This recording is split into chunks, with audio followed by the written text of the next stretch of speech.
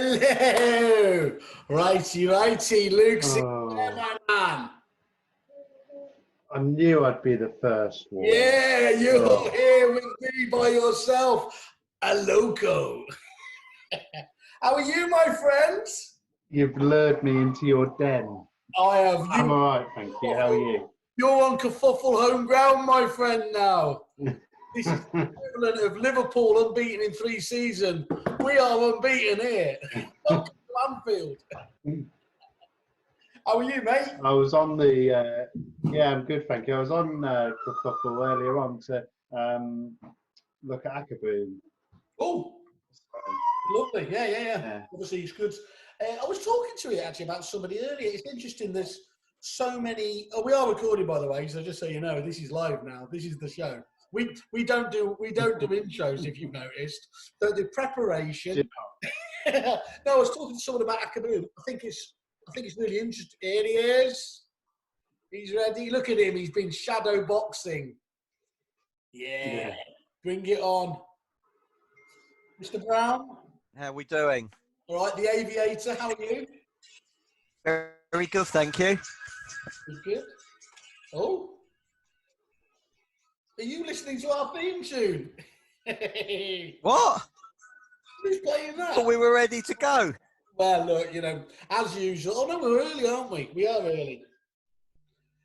We were just talking about Akaboom, though, Stephen, and we were just saying it's interesting how many other things are at the very front of the process, you know, in terms of prospecting, things like Spectre and all the rest of it, but how few there are for the actual market appraisal stage, like Akaboom.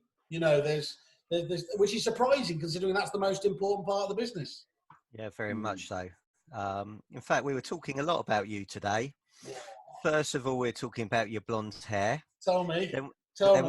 Then we were talking about your man boobs. Right. Then after your man boobs, we started talking about hamsters. Yeah. Then after the hamsters, we were talking about cigars. And then after cigars, we were talking about bananas. And then after bananas, ping pong balls came into the conversation. Yeah. Well, you just described. And that was just you and Andy Overman that was in the conversation. Yeah, of course. But no, He's running scared, isn't he? We were talking about how people should be using your white paper.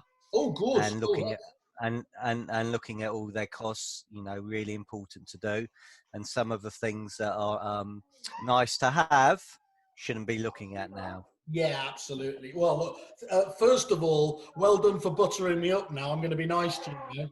So well done there. You've done your homework. Shamelessly doing my ego works massively. Does it? I have to remember that. I'm still going to take Andy Overman down. And we haven't seen Andy today. Nah. Not at all. He doesn't like to go out underneath his rock, does he? Very often, not when it's sunny. He didn't fancy a rumble. Hey. Rumble. Mr. Mintz, how are you? Jungle. I've been waiting 2 days for this to start. Whoa! Look at these. Have you seen this? See how they're trying to wind us up here with their accessories here, David? What's he done to his head? Well, that's how he is. Friday Tuck. That is a bit of a severe haircut, my friend. Mate, fucking grade 5 all over. You didn't have to do that. You didn't have to do that for Easter, Andy. Especially for you.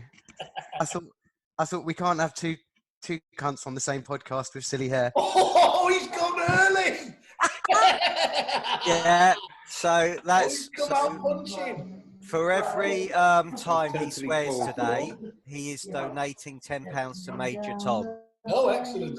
So by the time we get out of here, there will be another £1 million donated to the NHS. Well, just so we set the scene. This is a 2-legged match. We are at essentially Anfield Kerfuffle Towers at the moment. We are unbeaten in how many games have we played, David? 28. Something like that, yeah. Doesn't even care. So we're here to entertain you, our guests.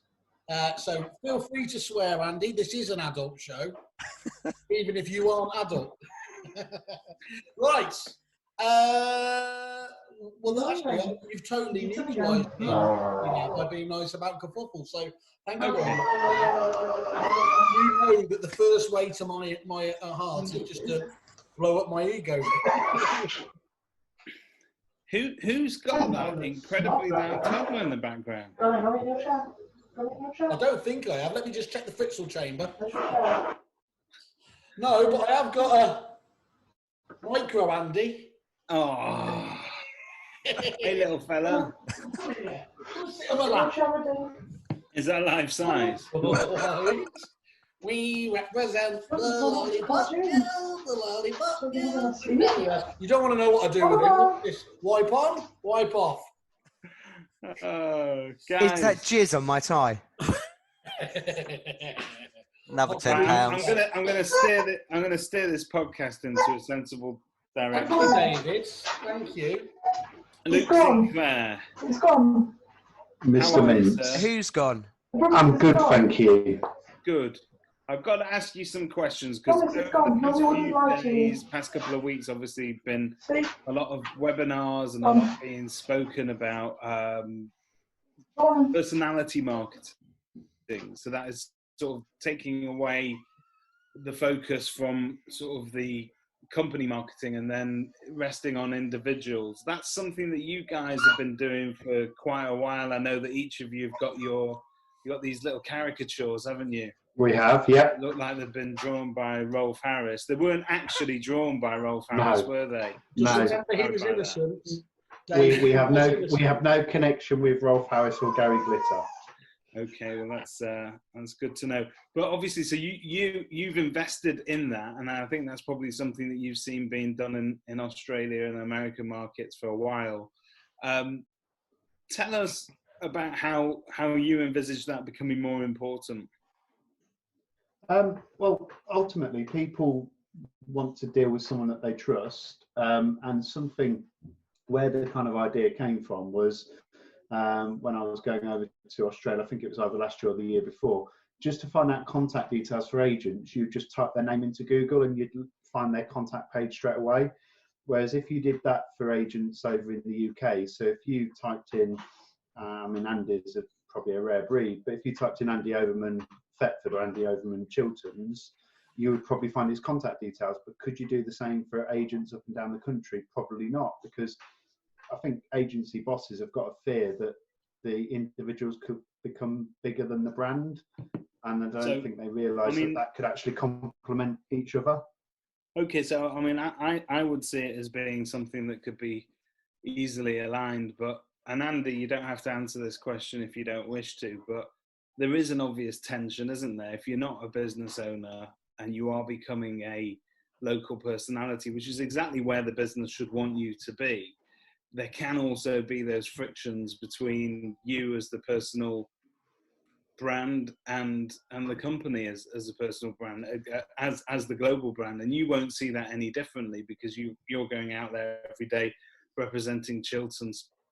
But at some point, it's got to pass through their mind. Well, are we creating a monster? He is a monster. I think that monster was created in 1976. To be fair. But you've done loads of community stuff anyway. Yeah, I love it. I think community service. I think picking up litter. It's the pink bib I like. I'm going to ask it to be Kerfuffle branded by Her Majesty's Service next time. Not a problem, mate. I'll do that for you. I'll come see you. How do you balance that, Andy? I guess it's got to be through mutual respect and appreciation. I see it as an estate agent's job, have done for a number of years, for agents to be fully submersed in the community that they serve. And I think that it's integral to the role that we do. And I think it's also integral to have best fees, highest level of transactions, great turnover year on year consistently without putting it out there in the community. And I guess my struggle is getting all of the team on board. I'd like them to go on camera and do more. Then, I guess that it wouldn't so much just be my face. as pretty as it is. It's a lovely face, but you have got more attractive people working for you. That could be said. I know you've got a thing for Yanis. Oh, he's gorgeous. And Mr. Stephen Brown, obviously you've been working, before you became a teacher, as it were, within the industry, you were working at, was it Green & Co? Yeah, I worked there for 20 years.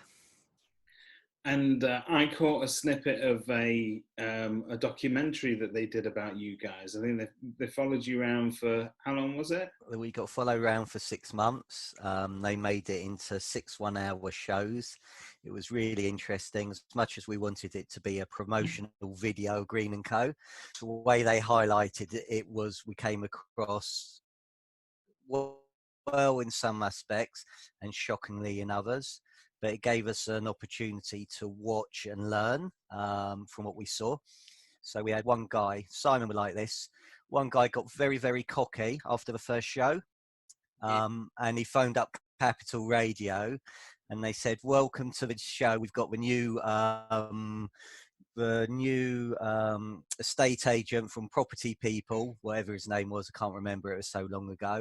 And he said, yeah, it's great to be famous now. I'm on the C list as Jordan.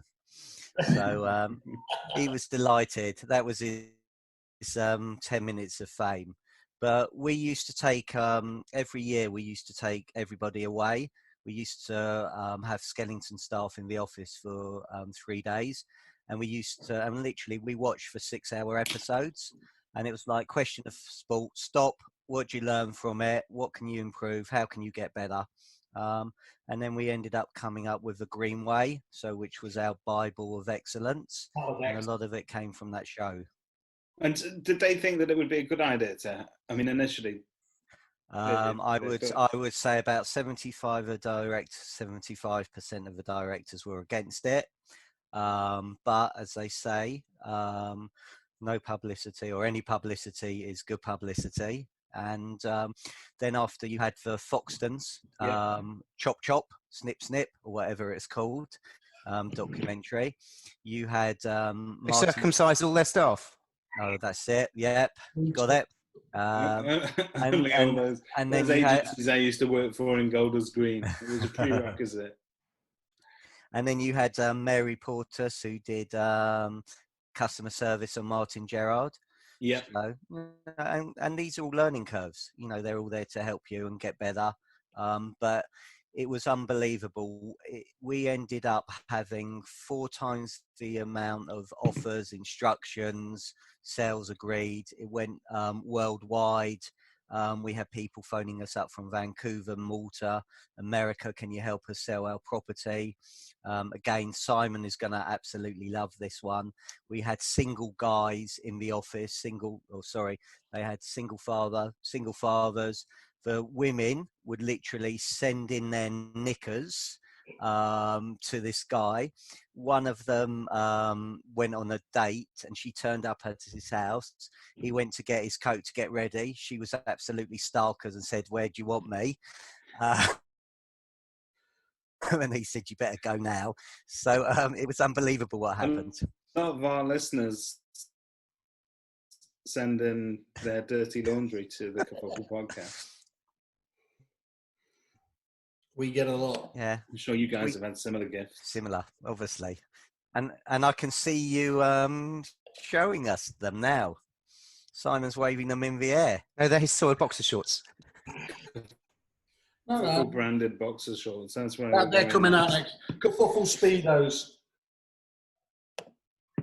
So, Stephen, it's been a busy few weeks for you. You've been hosting a lot of different webinars, you and Andy, for the benefit of the groups that you run. Obviously now we're seeing an unprecedented amount of, it's almost free content, isn't it? That people are sharing, pitching in, and you can educate yourself from any perspective, either as a business owner or all the way down to sort of neg level. Other than listening to one of the best property podcasts in the UK, what do you want to name that? Do you want to name that? Yeah, sure. And but just on the one that people like. Yeah, which one's that? That one, you know, the Kerfuffle one, the one with the two fat guys. They're very jolly. Yeah. Keeps your spirits high at these difficult times. Should we talk about the elephant in the room? And I'm not talking about myself. Look, we think a lot of you, genuinely. So if we look up here, for example, we have you on the wall. There we are. What have you got there? Just up there. It's just a little, just inspires me day on day.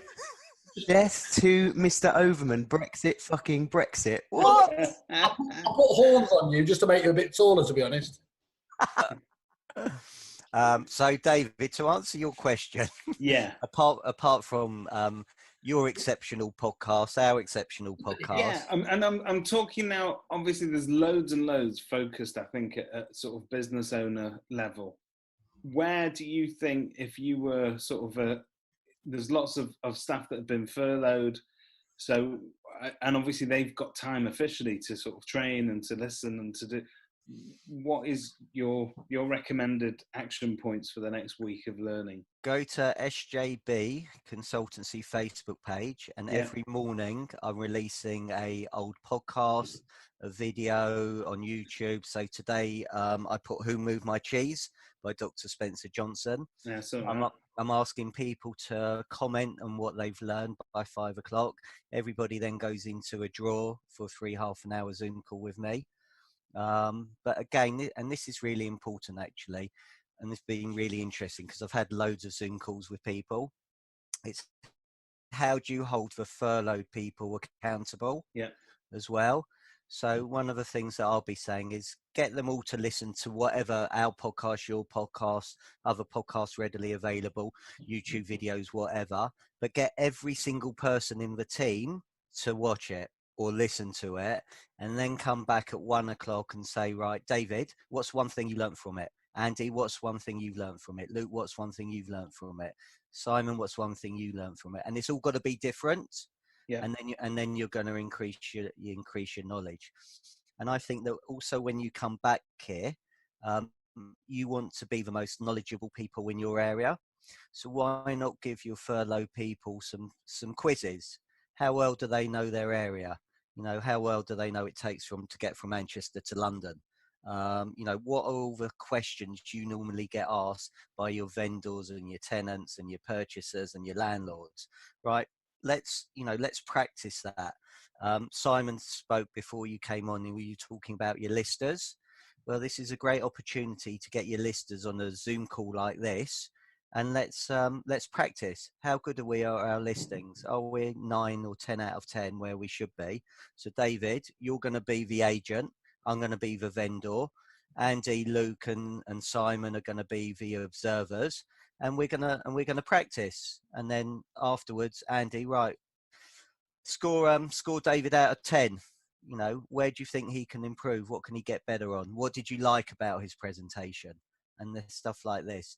So I think we've been given an opportunity, you know, and it is incredibly sad what's going on at the moment. You know, and my best friend's uncle passed away last night after his dad died 4 months ago. So it is really hard and really challenging. And, you know, so many people are suffering. So we're at home now, make the most of our time. You know, a estate agency is a great career, but come back match fit. You know, let's just say we're in pre-season now. Yeah. Okay. So when we come back, whether it's 3 weeks, 4 weeks, 6 weeks, let's make sure our team is match fit. They're the best educated, the most knowledgeable agents in their area. And now's the opportunity for everybody to do that. That time's going to go in. It's going to, obviously, it seems like it's an eternity now, doesn't it? But that time will disappear in double quick time, won't it? Simon, I don't know where, you know, I don't know, what is it? 16th of April today. It's madness. It's crazy. You know, my days are flying. They just go so quick.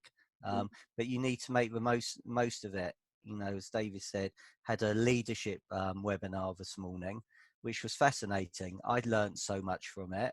But I think your point is, you're right. A lot of leaders are joining on in these webinars. Yeah. But, you know, what's happening to the people that have been furloughed, and also what it would tell you. So again, I had 75 people on a Zoom call, one agency, where I was only expecting 5. And I set them some homework. So I said, right, here's what I want you to do. I want you to watch this video, and then I want you to send me an email by such and such a time tomorrow. And what was really interesting was I most probably got between 50% to 60% replies. So it tells me a bit about the people, but also there were so many cries for help there from these people. So, you know, I know you laugh and joke and, you know, this is fun, but there are a lot of people, staff out there that are suffering, and they're suffering in silence. Are And you trying to say that we can't do serious? No, you do very serious. I'm very impressed. You two should be on replacing Piers Morgan and Susanna Reid over there. Where is this being broadcast on Facebook? Because I've searched everywhere. I haven't got a clue. It just says live on Facebook. Oh no, fuckbook. Oh, That's back to your important and serious point. There are a lot of people suffering from both financially and also sort of mental health point of view, I presume. Yeah, there are, and that's the point. So, you know, as business leaders, how regularly are you contacting people that are in furlough? What conversations are you having?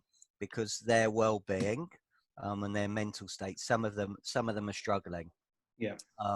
And I found that these were people that I didn't really know were sending me these emails where I just wanted to ask them what they were learning, and I was learning about their life. Yeah. So, you know, it was great that they were opening up to me, and obviously, you know, I'm there to help them and try and make a difference. But really, the bosses of the company, they should be reaching out and doing that. And on the flip side, when we come back, the people that are actually working, they're most probably working their nuts off at the moment. You know, absolutely crazy. You know, their well-being is really important as well. Luke, how often are you? I mean, I think at one point you were having a daily Zoom meeting with the people that were still working. How often are you checking in with your guys? Yeah, so we check in twice a day. So 8 o'clock, we have everyone, and the general structure at the minute is everyone brings what their biggest win of yesterday was. So we kind of share that kind of positivity. And the spirits are high, and it's and it is great. And then at 1 o'clock we have another check-in, and again it's about what the biggest win of the morning is. And we've used this time to actually roll out a new CRM. So Monday the 6th of April we changed our CRM over because we thought, well, what better time to actually find out all the little bugs and all the niggles and cleanse data and find the 13,000 duplicate contact records that we had. And you thought you could just slip in a new CRM without Simon Wales' ears going. Tell us about your new CRM. So, what have you done? But sorry, what have you done? Who have you gone?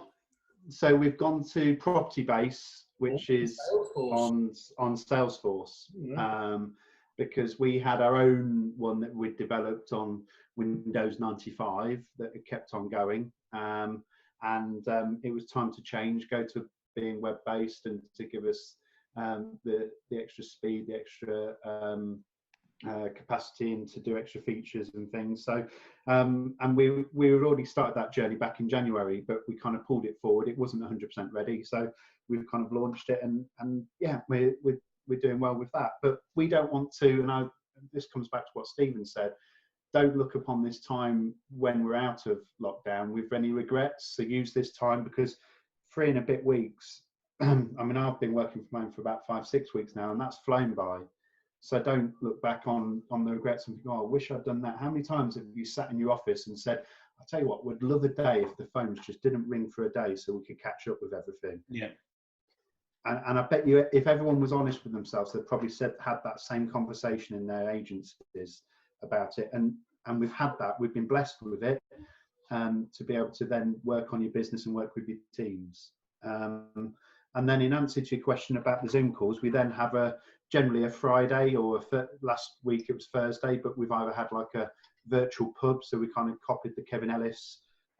He kind of, I don't know if he pioneered that initiative, but let's give him the credit of pioneering the virtual pub. And then we had bingo, so we did virtual bingo, which was all a bit of fun. So, and the great prize was they could win a restaurant voucher that they can't actually spend. Awesome. Very magnanimous of you. Lou, you work with your partner, do you not? I do, yes. So, and you're spending a lot of time working from home as well, so that's even more compounded. Are there challenges to working with your friend in the whole wide world? Yeah, no, the biggest challenge for us is we haven't had anyone to have Oliver. So Stacey's kind of taken up the reins of looking after Oliver all the time. So she can only fit in her element of work either at the end of the day, so by the time she's absolutely shattered, or in the 2-hour window that he goes down for a nap. So she's having to make best use of that time. So it is quite a challenge, because keeping Oliver quiet whilst you're on Zoom calls or speaking to the office or recording a podcast. You're in this new era of parenting where you're not allowed to drug the children. You see, when we were having kids, you used to be able to give them, there was an antihistamine that would buy you 8 hours, done. Yeah. Yeah, I mean, look at Stephen giggling away. He used to do it. I think he still does it now. Look at that. Yeah. But you're not allowed to do that anymore, so it is a challenge. Mr. Overman, you... Mr. Mintz. We see a lot of pictures of you posing with little girls on the internet.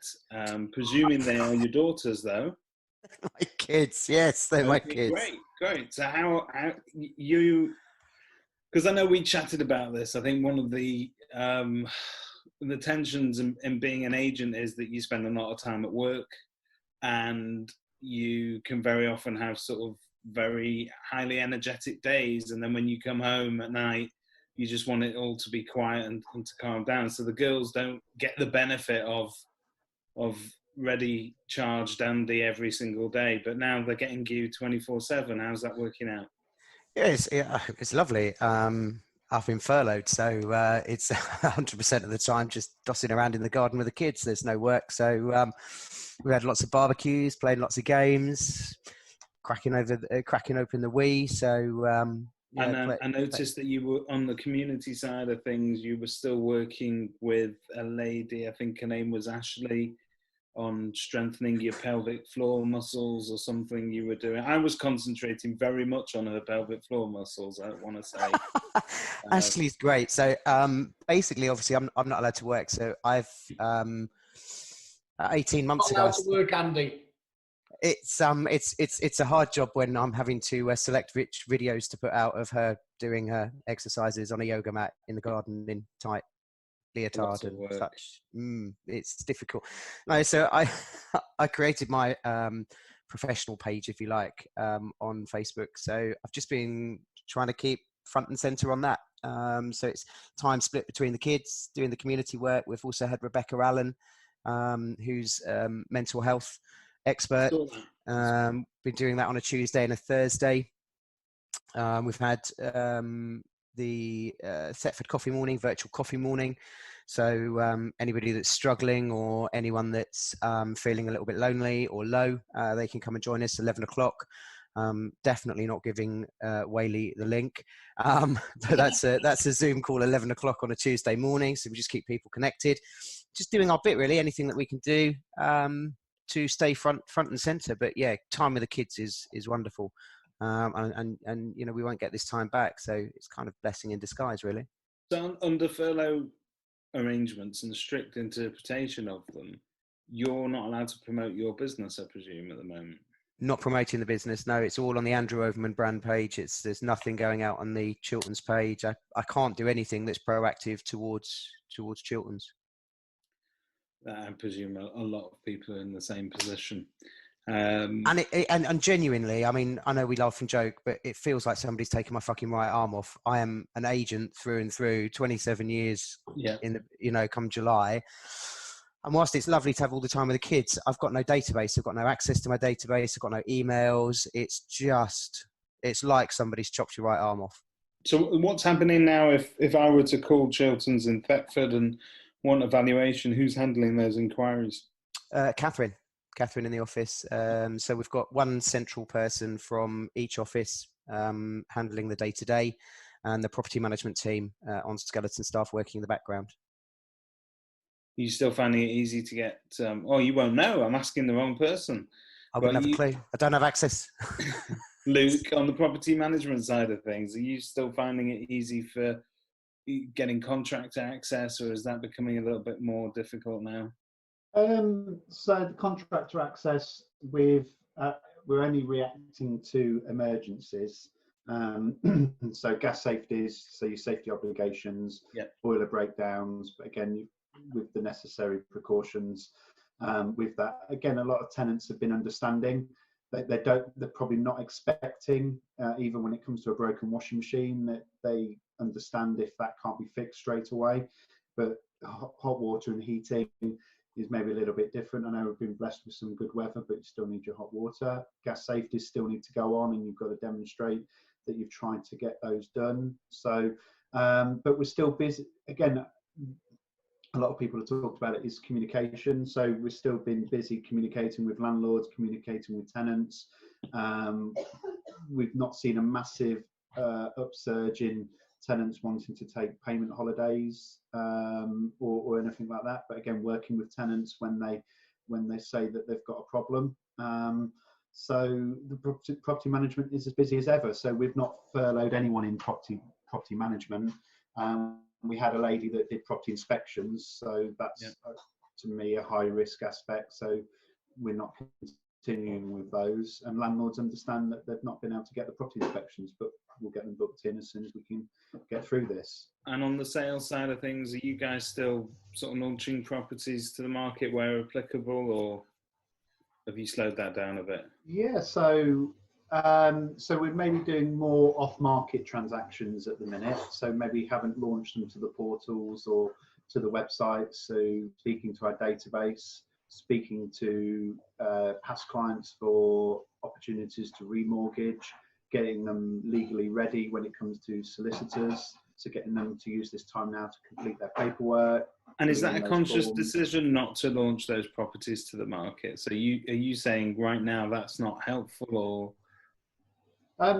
Two things. If they've got the facility for a virtual viewing, so we've either done a video or Matterport tour, then yes, we'll try and encourage it as much as possible. But a lot of vendors have been apprehensive about launching and wanting to wait until people can actually view. But where it has worked well with the virtual viewings is on the rental properties. So we've got the Matterport tours on 4 properties recently, and all 4 properties are now let. So they've got applications in on them. How'd you find Matterport, Luke?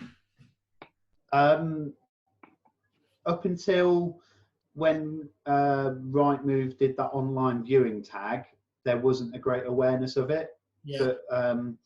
But just so to give an example, so Matterport tours generally over the life of a listing for us would maybe get 30 detailed views. So that could be over a 6-month period. In the last 7 days, they're getting 60, 80 detailed views. So how scandalous is it, though, in effect, that Rightmove have never pushed that? Yeah. Oh, completely. Because I mean, I've sent numerous emails in saying, look, you do it with videos, so you can embed a video on your listing, but you can't embed a Matterport tour, and you can't really highlight it. And it's like anything. If a customer to us suggests something that's a good idea, you listen and you think that's a good idea. Well, that's free information that someone's given us to improve our business. Yeah. But and unfortunately, whether or not the message didn't get through, or there was the arrogance to say, no, we don't need that, I don't know. But the Matterports have been a big, and I think that'll change the landscape when we come out of lockdown with Matterports. This experience has taught everybody that they can't be too prepared, can they? So do you think we're going to see Matterport tours on rental properties as standard in order just to sort of give you that fail-safe?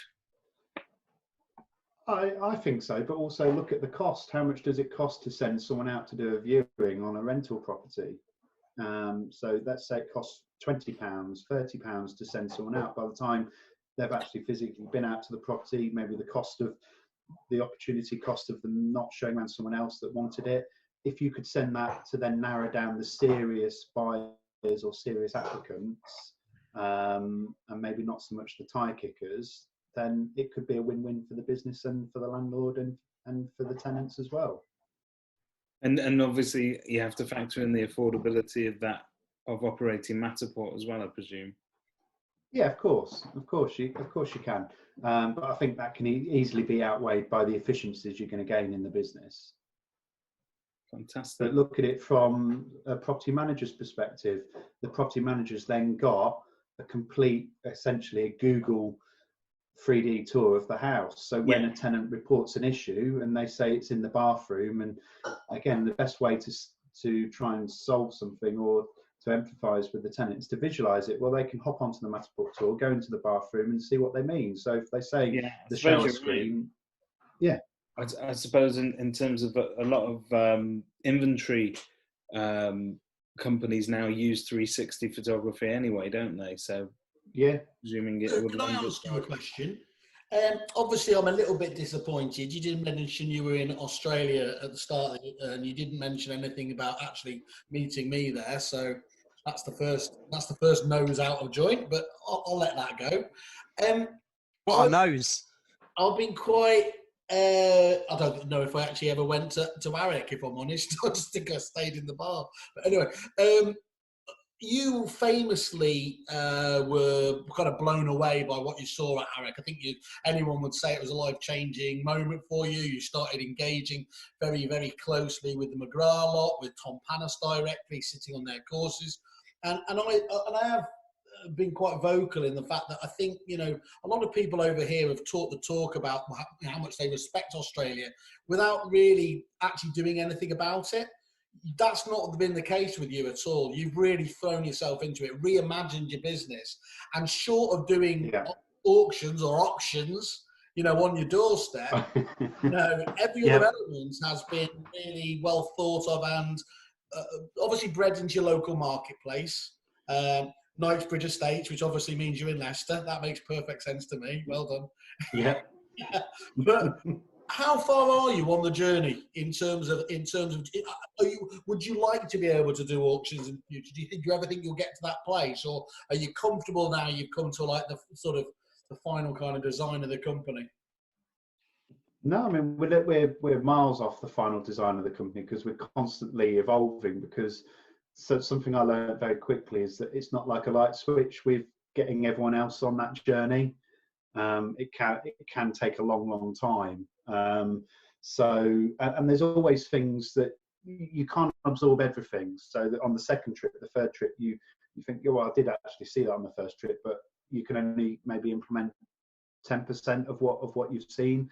Otherwise, they think, whoa, what's gone on there? So, and they think you come back when you're trying to radically change everything. So, but just by seeing maybe lifestyle, their attitude to work, the general customer service, the relationships that they have with their clients, if you had to grade it on a scale of 1 to 10 in terms of what the average relationship of a UK agent with their vendor is to an Australian agent, we'd be at probably the 1 or the 2 generally, and the Australians would be at the 9 or the 10. So, and that is what's going to give you a long-term business that's going to be less vulnerable to things like this that are happening now, because you're going to come through it.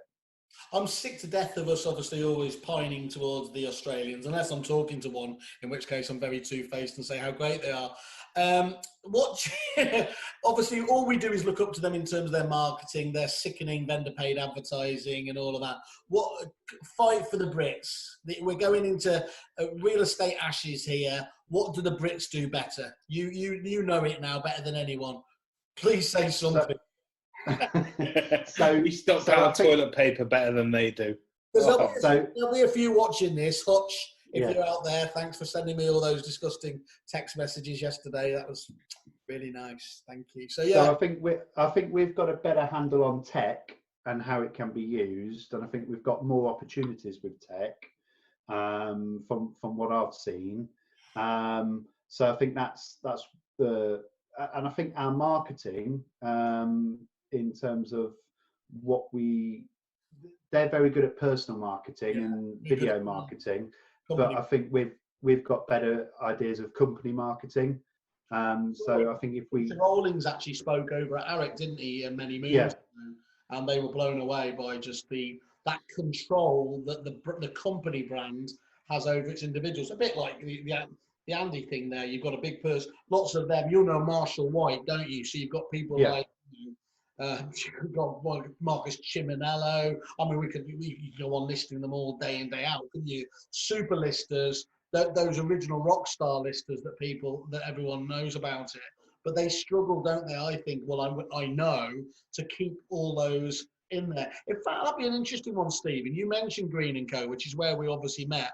It's a fantastic business. It was an amazing business, but it was slightly batshit mental, because what you did have, didn't you? David was one of the most inspiring people for culture and everything else there. It was fair to say, though, that each of the offices were run almost as their own fiefdom, weren't they? And so you tended to have, certainly from the start, one office doing one thing and another office doing another. Now, that's very similar to Australia, but quite contrary to what we were told. You know, one business is, we're completely consistent. They just have millions of things going on. Now, the problem with that is, you get the good one, obviously the Valier or business units, you're great. But if you get the up and coming guy who's just learning the trade, you get a much different experience, don't you?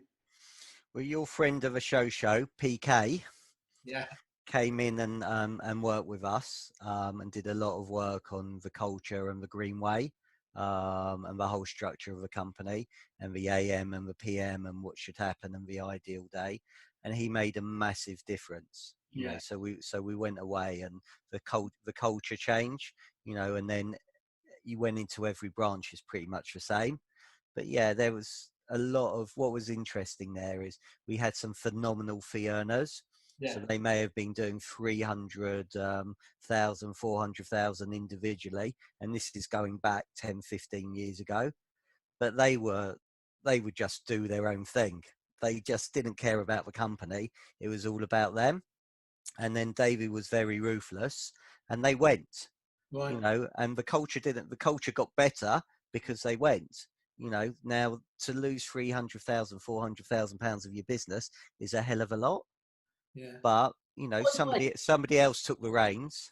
Have you ever heard in that scenario? Because it's one that many businesses come at, you know, especially actually techies is a brilliant one. You'll get a star developer that acts like an absolute weapon, you know, throwing his keyboard around when he's there, and no one will go near him because they're the chosen ones. I can honestly say I've never heard of any business, though, that has got rid of, either in the technical one or in the estate agency world, that it hasn't improved matters. Have you come across? It's funny, isn't it, that actually it's always going to be worse than you think dealing with that issue, and it's interesting. But you change the head of an organisation, you're going to change the culture and the feeling within the organisation. And that if you look at voluntary boards, so housing association, charities, all that sort of stuff, you're not allowed to serve more than, I think, is it, either in some cases one consecutive term of 3 years, but certainly you're not allowed to sit on that board for more than 9 years, which means that at least every 10 years you're getting a completely fresh perspective on what that organisation should be doing. Businesses sometimes benefit from the same thing. I'm not saying, I mean, repeat, I think you'll find it's different. So you remove a figurehead like Simon Whale, never recover, clearly. But they really look like they're struggling, you know. So, are you watching your Facebook feed? Look, Amy Hanson's coming with a question for you, Whaley. Do you think your average Muggle UK agent will be able to build the kind of relationships the Aussies do? Yeah, thanks, Amy. We're all Muggles. Let's just be clear. Let's name the company there so that they all get unfairly slaughtered. The average Muggle there. It's an interesting one. They're absolute. Luke again will say this better, but there are no differences, are there? We are. Let's face it. We have a defunct, broken system over here, which holds back everything that we do. But in terms of what we can do as individuals, and I think we've got a long route to go down in terms of presenting that. We've got some amazing characters over here. Yeah, 100%. Don't you find it strange that we're still transacting property in the same way that we did like 300-400 years ago? But why, I've tried to sort of get to the bottom of why that is. And it's a lot to do with the way that the land registry system has historically worked. I think they've cleaned up their act, and most everything can be done very quickly digitally now. Why did it take 4 weeks to get searches? I think that, do you not think there's a certain element of it is that conveyancers, and at least old-fashioned conveyancers, they've liked to sort of mystify what it is they actually do, in trying to make themselves more relevant and more and more, I don't know, relevant to that whole house moving scenario. If you look at what it is they're actually doing, the solicitors that actually get to advise their clients, and I've got one at the moment that we're dealing with, and she will actually go and look at the property herself to make sure there aren't things that her client might not have looked at, that the surveyor hasn't picked up, and she's going the extra mile. And to me, that almost borders on meddlesome. I love to know what her fees are. You've got some solicitors that will deliver some really sound commercial advice for their clients, but they're few and far between. And in actual fact, what goes on in the conveyancing process is literally treading the same water the solicitor would have done 20 years ago when you first bought it. Look, isn't now the opportunity to get all your, as Luke said before, get all your vendors to be sale ready now? So why not get solicitors to do face-to-face video like this, and sit down with a vendor and say, right, when we come back onto the market, okay, let's go through all the forms you need to fill out now. Let's get you ready. Here's the fences. You go and find your fences certificate, this certificate, and have this call, and let me fill it in for you now. So that's going to save you time when we get out of this. So that's one thing I'll be doing. That's a key thing, isn't it? Be ready for the return is absolutely critical there, so that when others return with little pipeline like many, but less staff as well. I've been saying it everywhere at the moment. Customer service, we are still going to be judged on a little bit unfairly by the public. There's no excuses of, oh, well, we've had obviously this coronavirus. If you let them down, they will be merciless on you, and they'll hit you on the normal review sites. But therein lies the advantage, doesn't it? If you're able to outperform the local competition, you can really make a difference in terms of market share. And also at the moment, there's an opportunity with your local competition because a lot of them are closed. Yeah. And actually just phoning up people that are on the market, not to be, I want your property now, but hi, how are you doing? What's going on? Is there anything I can do to help you? And there'd be, well, hold on, I haven't heard from my agent for the past 3 weeks. They've shut up shop. Are you still working? Yes, yeah. That's a really interesting point. Just between the five of us and maybe the people watching, could you just give us an estimate of what percentage of your local competition are ostensibly closed? What's your view, Andy, around your business? How many are just not doing any sort of activity at all? Most of them. I don't think there's anything proactive. Like I said earlier, I feel as though my right arm's been severed. Because I'd like to be able to spend this time going through the database and or the database and just reaching out to people. Hi, Mr. X, just checking in on you, making sure you and your family are okay. I think those calls, and I think that businesses are missing out. I think they're missing a huge opportunity. I know Luke has got one of his team or two of his team going through the entire database on a daily basis, starting from A going through to Z for however long we're in lockdown, phoning and reaching out to people, and then diarising the callbacks for those that say they're actually in need of something. If they need a local service, that he's texting them a link or emailing them a link. I think businesses are massively missing out, and I don't think 80 or 90% of businesses in the UK will be geared up for that exponential growth that we will see. I mean, there's so much pent up frustration in the property market. we're lucky. We moved 2 years ago. I can come into my office and do this. Back in the old house, it would have been on the dining room table with kids' toys and screaming, kids around. I think people are going to realise that either houses are too big, too small. There's going to be a lot of pent-up demand, and when the market's ready to go, we've got to be ready to go with it. It's going to be like a champagne pop, isn't it? One of Whaley's award ceremonies. No, it was when Brexit happened, obviously. Famously. Give me fucking Brexit back. Give me Brexit back. I'd happily argue with you over Brexit versus Corona. The return of Brexit. It won't happen now, will it? The same true with you? Most of the businesses?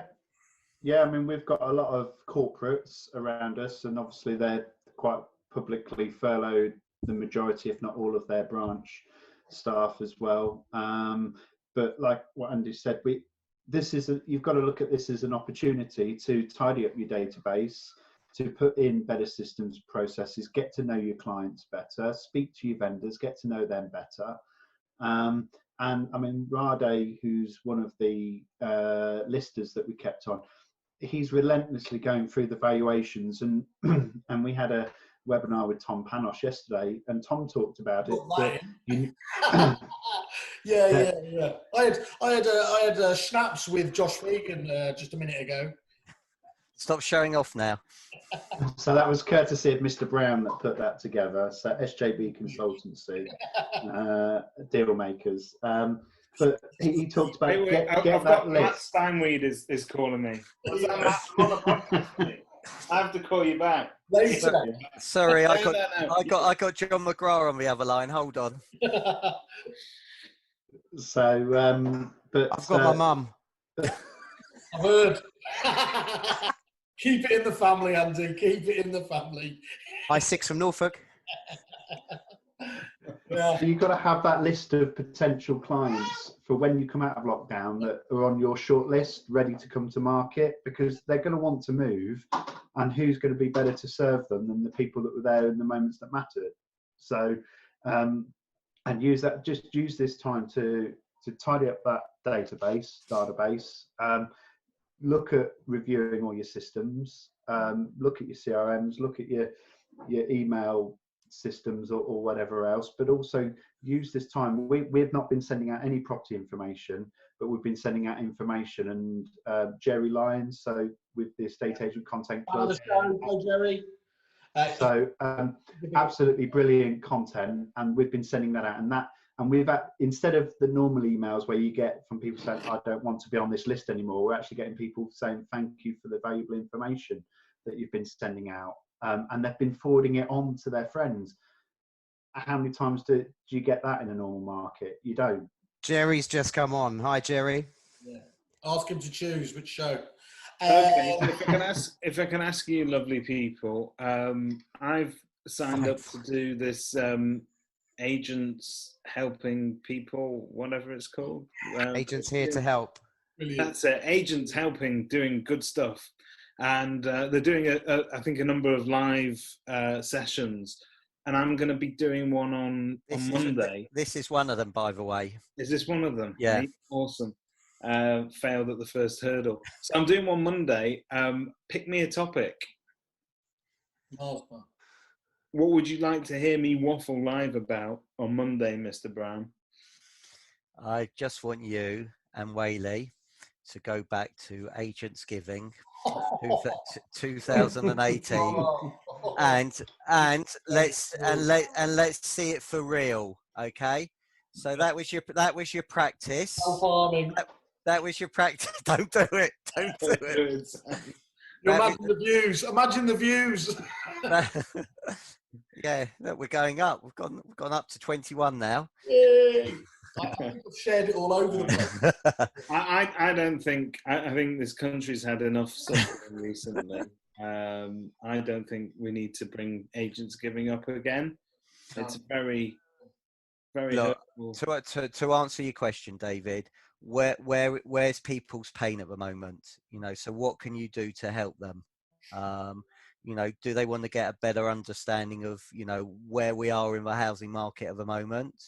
What's going to happen when we get out of the housing market, when we get out of this? Do you think that there's going to be a massive demand? Are there going to be buyers? So put yourself in the shoes of a buyer or a vendor. If I was them, should I be buying now? Okay. Should I sell my house now? Should I want to be a landlord now? These are all the things that people want to know. And I think if you can help them and give them your wisdom and your wise advice, then I'm going to watch, because I know you're going to be amazing. Or can I view a house now? Because you're well qualified in that. You interviewed somebody about it on one of your podcasts recently, didn't you? So we did. Oh, by the way, Amy Hansen says that Andy wins and Stephen wins. So obviously, EA podcast. Do kerfuffle. I like Amy. Thank To be you. honest, Amy's been in house party so long, I wouldn't listen to her. Yeah. 4 days she's been in on the opium. I stayed off the beer until 4 today to be able to do this podcast. It's bloody water. Hey, I walked for 5K today. Thought you were looking svelte. Yeah. Good What for do you you. think about that? Well, mate, if a 99-year-old bloke can do 100 laps of his garden and earn 12 million quid, I'm sure you can do 5K. Yeah, but I probably lost money whilst I was doing my 5K. It's not all about money, David. I've warned you. No. It's about the long-term health benefits. You obviously you talk a lot about learnings, because you lot like the learnings. You had obviously you've been asking almost all of your guests, certainly around January, wasn't it? Was it your top 10 ideas or whatever for the year to set yourself up? Thanks for listening, Whaley. But it's Kickstart 2020, 31 episodes. Not even original. What a wanky title. Kickstart your way. How did that work out for you, eh? Right. Yeah, only took 55 minutes to start the rumble. So who came out with particular gems there? Who were you most impressed with? I can't even remember what happened yesterday, let alone what happened in January. we did a two-parter with John McGrath, and the content was just awesome. Yeah, that was September 2018, but I agree it was awesome. Jeb Blunt, obviously, we've had some fairly big names on the show. Yeah, not talking about the names. I'm talking about what were the recommendations. Okay, so Assad, we had Assad from Location, Big Liverpool fan. and he talked about the OGAP. So looking at all your systems and processes.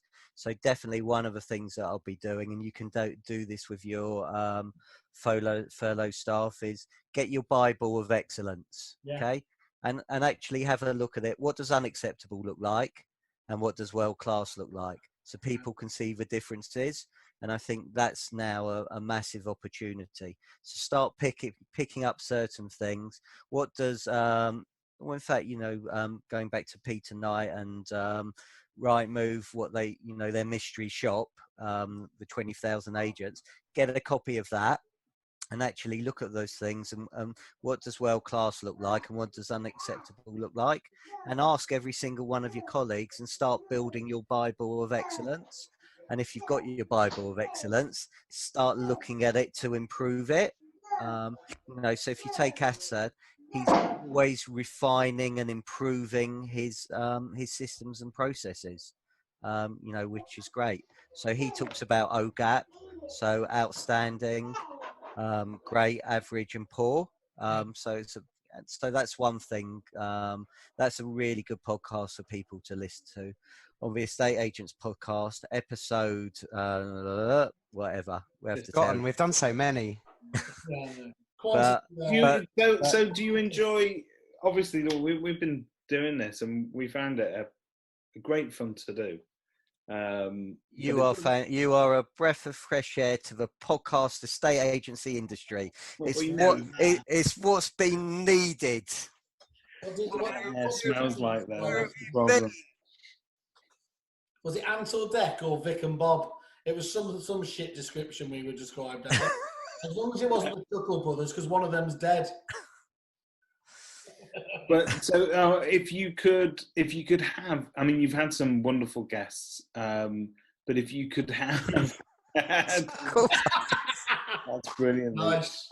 Very, very impressive. If you could tell me one dream podcast guest, alive or dead, that you could have on your show, who would it be? Go. Rolf Harris.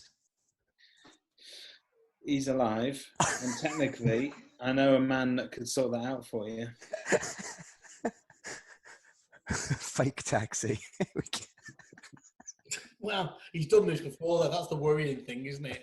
Yeah. Luke, you had that background. I don't know, a couple of weeks ago when we were on a webinar thing that Stephen had set up, and I literally sent Oliver Press a message. I'm like, Luke's house could do with a tad of modernisation, couldn't there? There's a lot going on there. Yeah. Luke, Really good question, David. Whose would yours be? I've already got you on my show, yeah, Steve. look at that. Say Bob all- Wolf. You say Bob all the right Wolf. thing. Bob Wolf, okay. Mm. Bob Yeah. Wolf. Oh, I Anyone love in Bob the Wolf. Yeah. Anyone in the world, I think, in terms of real estate, he would be just the most awesome guest. Simon, can you get me Bob Wolf on our show? Look, I'll just make it happen. On the phone, by the way. Yeah, no, I want to take it, but Luke, you know, you've obviously spent a huge amount of time doing, as Christopher Watkins would say, becoming digital mayor, investing in, you know, kits, time, energy, walking around, obviously doing all the local streets. I'm imagining you're feeling quite smug at the moment. Isn't that sort of having that sort of resource to hand to be able to send out to clients invaluable at the moment? Yeah, no, definitely. And just the resources of doing the videos, so already being prepared for those virtual viewings, and because people have been more aware of video content now and more aware of the Matterports. Again, we're seeing it on the internet inquiries. Can I arrange a virtual viewing?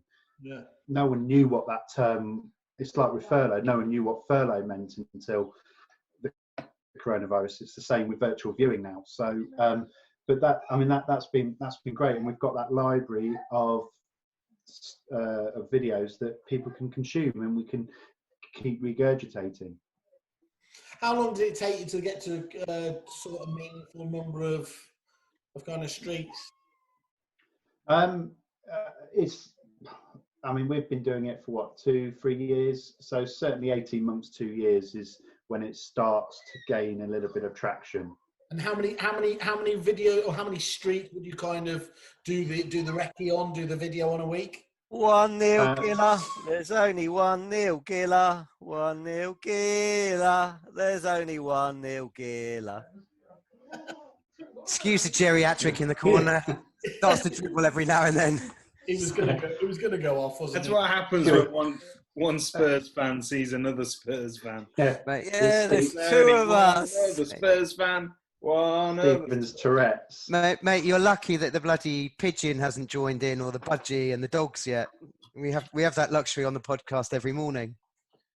Sometimes euphemism, Andy. Ask him about his hamster. I think it's in him, isn't it? And Who's hamster? Stephen's hamster and banana. You got a hamster, Stephen? Guinea pig. Okay. Potatoes, potatoes. Cigar. What? What, like Monica Lewinsky cigar? Banana. What the? Like saying random Okay, well, that's all we've got time for on today's episode. I'm right on the clock. Ping pong. Can I just say before we go, thank you very much for everyone here, and I would say we have got a special gift here for any viewers. We've got You fucking wanker. luxury toilet. It's not strong, but it does go on forever. So if you want to write into podcast@kerfuffle.it, you can be wiping your face with Andy as soon as tomorrow. Okay. Thank you guys. We do love your show, genuinely. It is fantastic. I think we've done a really good job of ripping off the Aussies. And of course, we will beat them in time. So we'll meet you on your grounds. Well, let's face it, we've all got fuck all to do in a few weeks' time. Cheers, man. You got a question. Don't go. Don't go. There's questions. Go on, what's the question? David Gosley. He Go on, wants, David, Back to it's a yeah, pleasure. get back on track. He Back wants- to he- Matterport. David, what do you want to know about Matterport? Help us out here. And No what way. do you want? What do you want to? And what do you want to know about tech from Luke? Simon's really happy to answer any of your questions. Yeah. You have to be quick though. And Simon, you haven't had a private moment with that toilet roll, have you? Yeah, it was just, you need to test it, don't you? Where's the mini me? Mini Me's here, he's sat behind me now, so just for those people that missed the start of it, wipe on, wipe off. Yeah, I keep him down here. I keep him down here like police academy.